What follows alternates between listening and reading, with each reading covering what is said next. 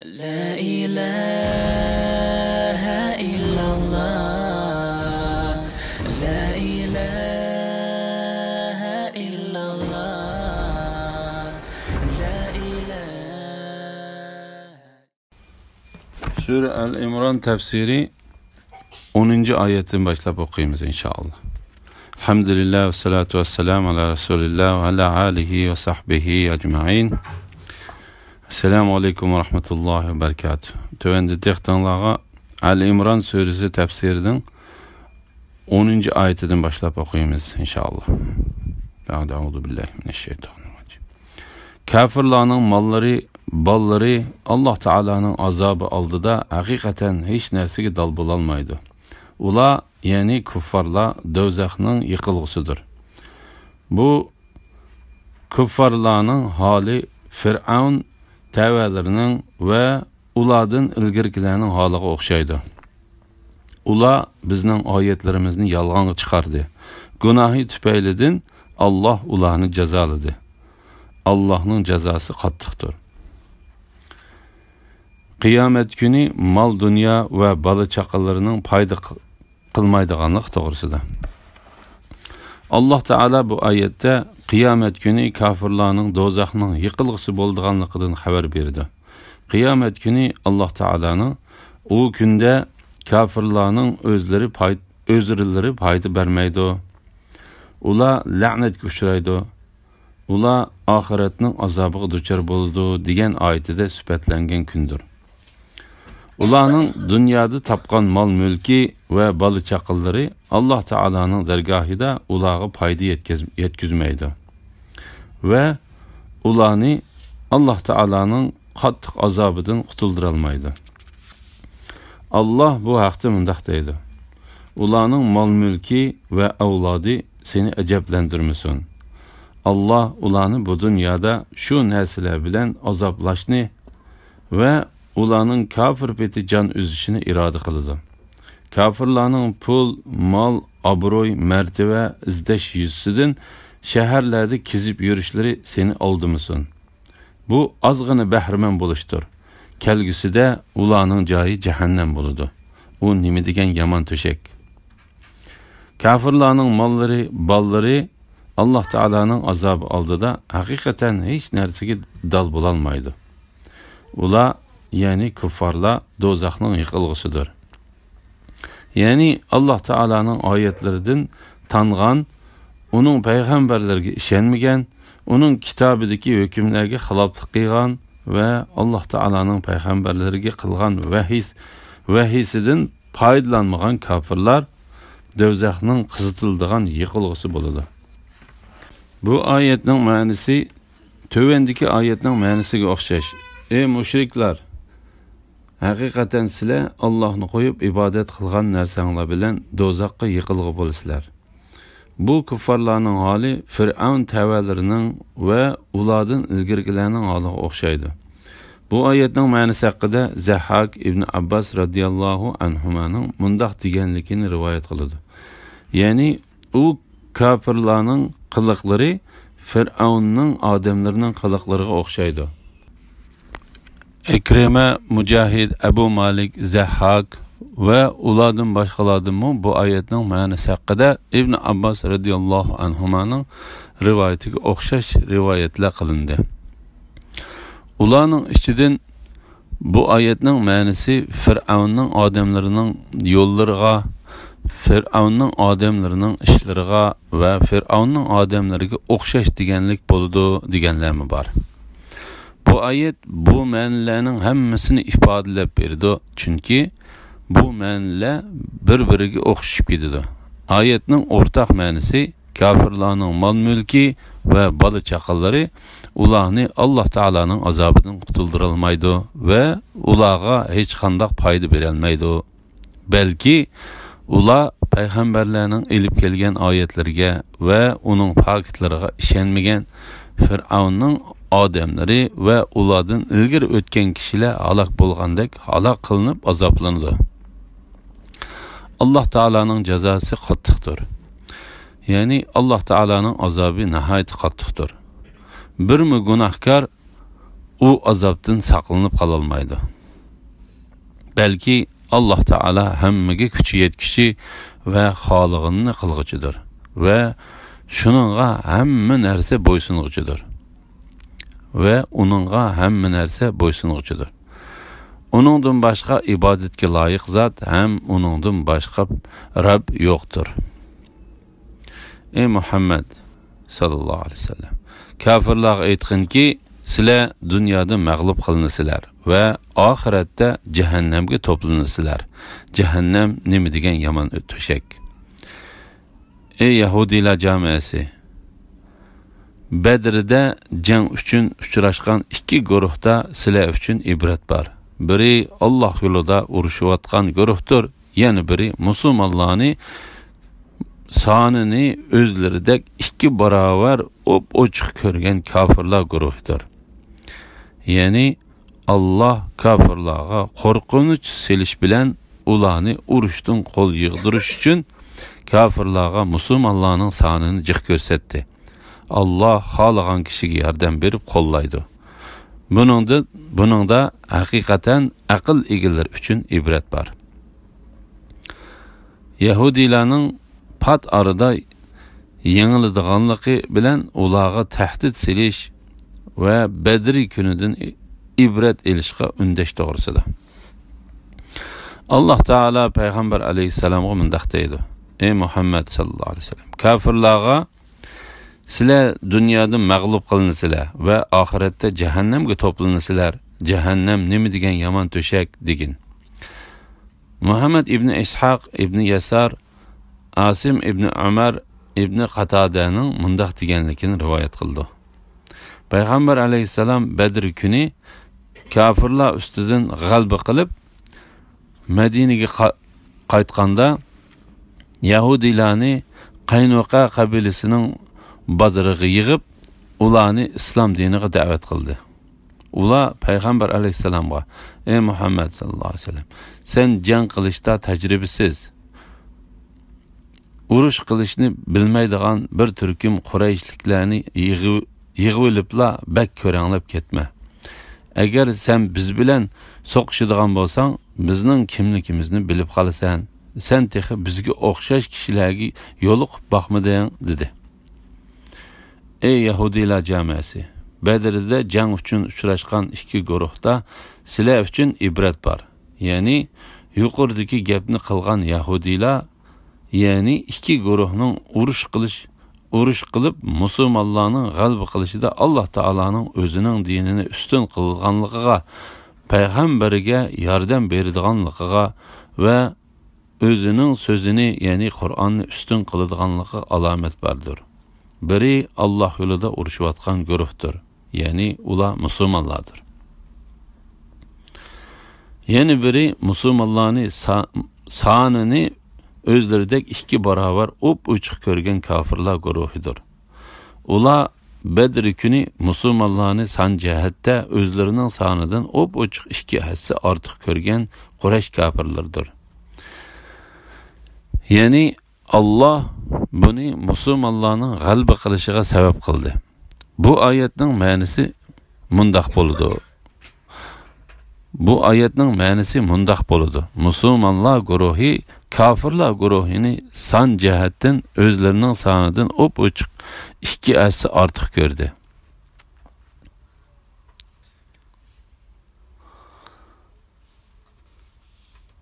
Shundaq turibmi Allah ularga yordam qildi. Abdullah ibn Mas'ud mundaq deydi: Biz mushriklarning sonini bizdan ortiq ko'rdik. İkinci qitim ularga qarg'animizda ularni bizdan bir kishimi ortiq ko'rmadik. Bu Alloh taolaning bu oyatning ma'nosidir. Allah bo'lishqa tegishlik ishni ishqa oshirish uchun dushman bilan uchrashgan chig'inlarda dushmanlarga qarshi turishga jur'at qilsin deb ularni sizlarning ko'zinglarga oz ko'rsatdi va sizlarni ularning ko'zlariga sizlarga qarshi tayyorlikda bo'lmasin deb oz ko'rsatdi. Ebu İshaq Ebu Ubeyd'den Abdullah ibn Mas'ud'ның mundaq deganligini rivoyat qiladi. Haqiqatan mushriklar bizning ko'zlarimizga oz ko'rindi. Hatto men yenimdagi bir kishiga ularning soni 70 cha chiqamdi qandoq dedim. U men ularni 100 odamda ko'rdim dedi. Ondan biz ularning ichidan bir kishini asirga elib oldik. Ondan uningdan sizlar qancha kishi edinglar deb so'radik. U biz 1000 kishi edik deb javob berdi. Allah Taala iki guruh bir-birini ko'rganda musulmonlarning Alloh Taolaga tavakkul qilishi, uningga yuzlanishi va o'zlarining Robbidan yordam tilashi uchun kofirlarni o'zlarining sonidan 2 hassa ortiq ko'rsatdi. Mushriklarning dilining qo'rqinch, qalaymaqonchilik va ensizlik qoplashi uchun müminlerin sonini o'zlarining sonidan 2 hassa ortiq ko'rsatdi. Ondan ular urush uchun sap bo'lib 2 guruh uchrashganda biri yana biriga hujum qilishi uchun Alloh bir guruhni yana bir guruhning ko'ziga oz ko'rsatdi. Hamma ish Alloh Taolaga qaytariladi. Alloh o'zi xohlagancha hukm qiladi. Ya'ni Alloh Taolaning bunda qilishi haq bilan nohaqning orliqini ayirish, iymonni kufrdan ustun qilish, mu'minlarni aziz, kofirlarni xor qilish uchundir. Alloh Taala bu haqda mundaq deydi. Alloh sizlarga Badrda nusrat ato qildi. Halbuki sizlar kuchsiz edinglar, soninglar va qurolinglar oz edi. Alloh xohlagan kishiga yordam berib qo'llaydi. Buningda haqiqatan aql egillar uchun ibrat bor. Ya'ni Alloh Taolaning hikmatiga dunyo va oxiratda mu'min bandalariga yordam berishiga bekitib etilgan taqdiriga boshlaydigan aqli va tushunchasi bor bo'lgan kishi uchun yuqorida so'zlangan ishda shaksiz ibrat bordir.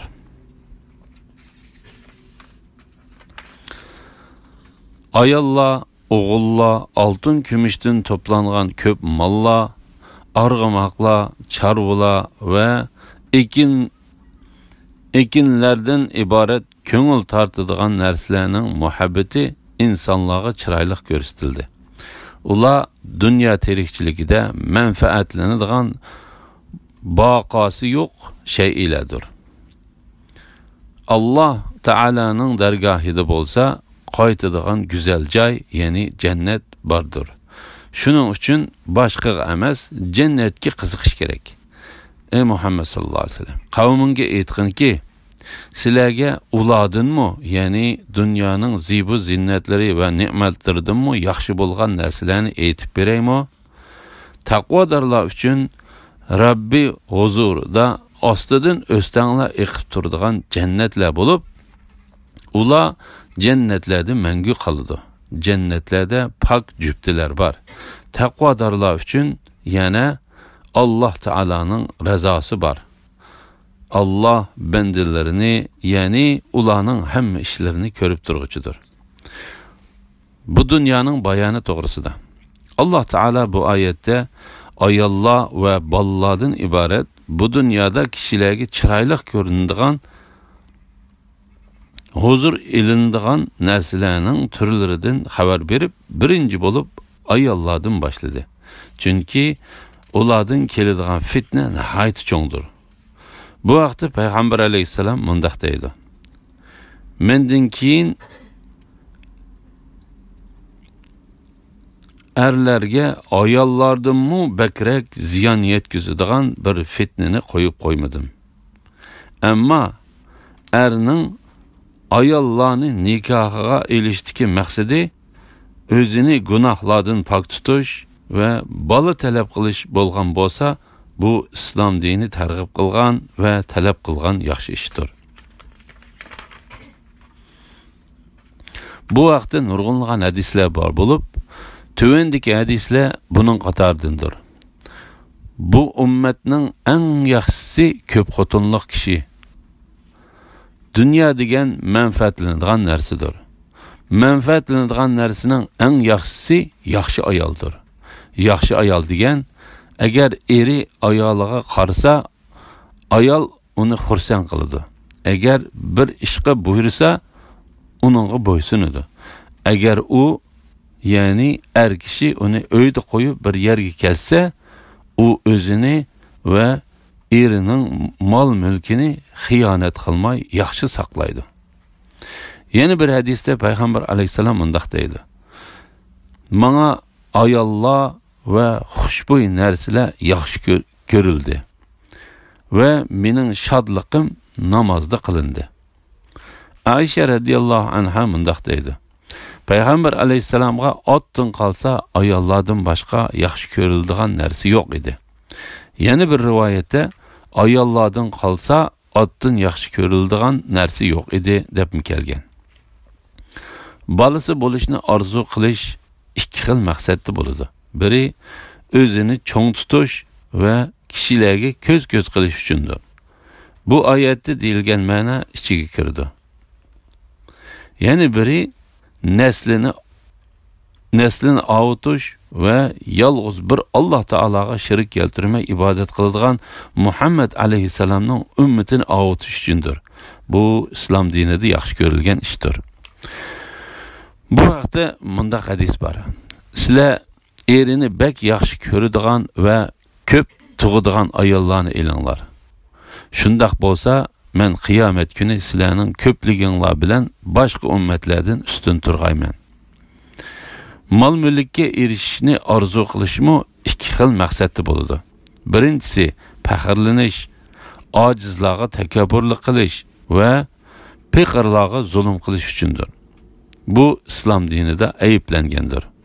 İkincisi, yaxshi yo'llar uchun ishlatish, urug' tuqqanlarga yordam qilish va faqir miskinlarga sadaqa berish uchundir. Bu islom dinida maqtalgan va yaxshi ko'riladigan ishdir. Eti bo'lishni orzu qilish uch xil maqsadda bo'ladiganligi to'g'risida. Birinchisi, otni biqib Alloh taolaning yo'lida jihad qilishga tayyorlik qilishdir. Qachon ular jihad qilmoqchi bo'lib qolsa, otga minib jang qiladi. Shunga bularga otni boqqani uchun savob berildi. Ikkinchi, otni faxrlanish va musulmonlarga qarshi turish uchun beqishdir. Bu ot egisiga gunoh ilib keladi. Üçüncü bo'lsa, otni boy bo'lib, aytni boy bo'lish va uning naslini ko'paytirish uchun beqishdir. Buningda u odam u otning ustidagi Alloh taolaning haqqini ado qilsa, bu ot egisini faqir bo'lib qilishdan to'sadi. Bu vaqtda kelgan hadisni Alloh xolisa oldimizda bayon qilamiz. İmam Ahmad Abu Dar radhiyallohu anhudan Payg'ambar alayhisalomning mundaq deganligini rivoyat qildi. Arab nesillik atqa her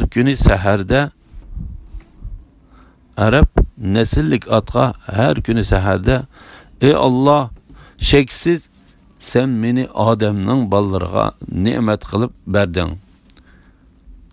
Sen meni onun mal mülki ve hotun balı çakıllarından söyümlük körsetkin. Ya ki meni onun hotun balı çakıllarından ve mal mülkidin mi söyümlük kılgan dep iki qitim tilashga ruxsat qilindi. Çarvola ve ekinlerden ibaret ko'ngil tartadigan narsalarning muhabbati insonlarga chiroyli ko'rsatildi. Ya'ni to'gilar, kala va qo'ylar ko'chat tikish va teriqchilik qilish uchun tayyorlangan yerlardir. Ular dünya terikçilikide menfaatlanadigan baqası yo'q şeylerdir. Yani o narsalar şeksiz bu dünyanın tozup ketadigan çiçekleri ve yo'qolib ketadigan zinnetlerdir. Allah Teala'nın dergahida bo'lsa, qaytadigan güzel joy, yani cennet bardır. Yani qaytadigan yaxshi joy Allah Teala'nın güzel dergahidir. Allah Teala'dan qo'rqadigan taqvodor kishilarga beriladigan mukofotning dunyoning hamma noz ne'matlaridan yaxshi ekanligi to'g'risida. Ey Muhammad sallallohu alayhi vasallam, qavminga aytqinki, sizlarga ulardanmi ya'ni dunyoning zibu ziynatlari va ne'matlaridanmi yaxshi bo'lgan narsalarni aytib beraymi?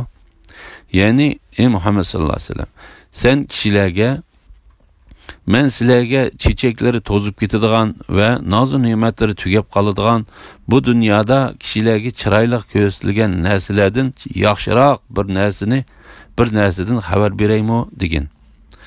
Ondan Alloh taolo uningdan xabar berib mundaq dedi. Taqvodorlar uchun Rabbi huzurida astidan o'stanglar eqib turadigan jannatlar bo'lib, ular jannatlarda mangu qoladi. Ya'ni ko'z ko'rib bakmagan, quloq anglab bakmagan ve bir kişinin xiyoliga kirib bakmagan asal, süt, şarab, su ve onundan başka her xil ichimliklardan eriq o'stanglar cennetning atrofida eqib turdi.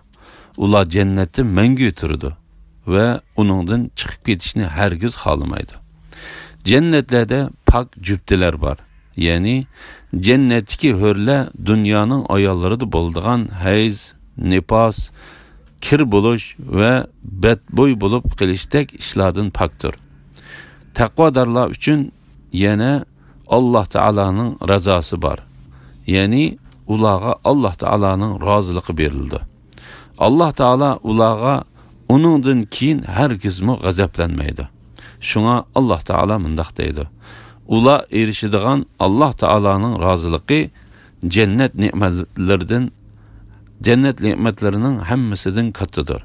Yani Alloh taolaning roziligi Allah qiyomat kuni ularga bergan mangulik ne'matdan kattadır. Allah bendilerini, yani ularning hamma ishlarini ko'rib turg'uchidir. Yani Allah her bir kishiga loyiq bo'lgan narsani berdi.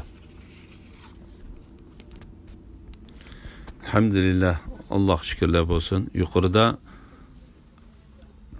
Sure Al-İmran tefsirinin 15. ayetigacha okuduk. Ahirini keyin qaytimliq o'qishimizda davomlashtiramiz inşallah. Assalamu alaykum ve rahmetullahi ve berekatuhu.